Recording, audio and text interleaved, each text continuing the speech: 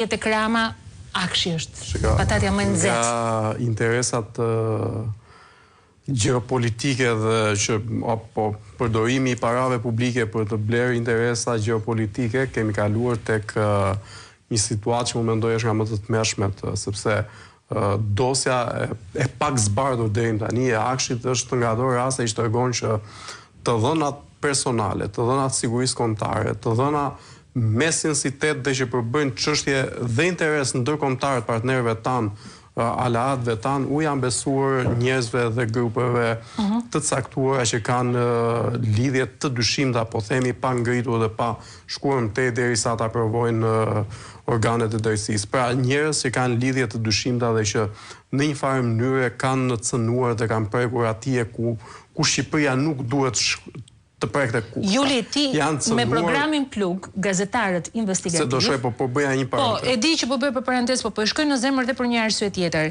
Keni 10 muaj mos gaboj ka qenë... Qënë nga muaj janar shkurt i vitit kaluar, pas deklaratave në fakt Arben Ahmetajt, dhe kemi investiguar dhe kemi treguar që historia e akshit... Qënë janar shkurt, po flasim për këtë publikim. Historia e akshit është e gjitha një histori korrupsioni. Së pari kemi Geron Meshe, personi i përmendur dhe i përmendur tashmë si personi që është rrëmbyer, është personi që lidh fijet që të çojnë pikërisht atje ku përmendte Arben Ahmetaj te kopshti privati i kryeministrit Edi Rama. Geron Meshe ka qenë një prestanome i përdorur nga baxhanaku i kryeministrit Edi Rama, i cili me kompanitë e tij përfitonte tender miliona euro nga akshi dhe më pas nënkontraktonte pikërisht kompanitë e baxhanakut për të kryer punimet.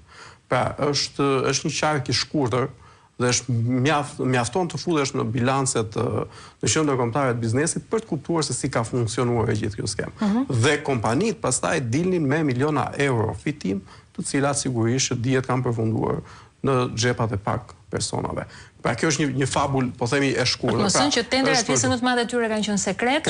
Ne kemi diskutuar dhe së bashku që një pjesë nuk janë pasuruar fare as në thesar. As në thesar, shumë tendera domethënë janë të dyshimt, pasi një nga dyshimet është që unë për shembull kam gjetur disa të dhëna, të cilat jam ende duke i verifikuar, për shembull tenderi i laboratorëve që e ka përmendur dhe Arben Ahmetaj, deri më sot në Shqipëri, pra edhe pse ka një proces që ka rreth 5-6 vite që ka nisur pra procedura e pajisjes së laboratorëve, e shkollave me laborator të inteligjencës artificiale, pajisje kompjuterike, ende nuk ka përfunduar.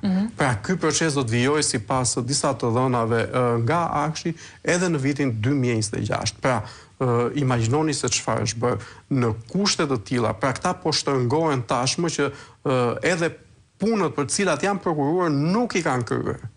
Po, skandali më i madh në rastin e akshit është ky, pra nëse ne pam dhe u llahtarisëm, po themi, me idenë se si ndërtuan kompani të ndryshme, gjithë skemat 5D, 5B etj. Për të marrë shumicën e tenderave, këtu kemi kaluar përtej.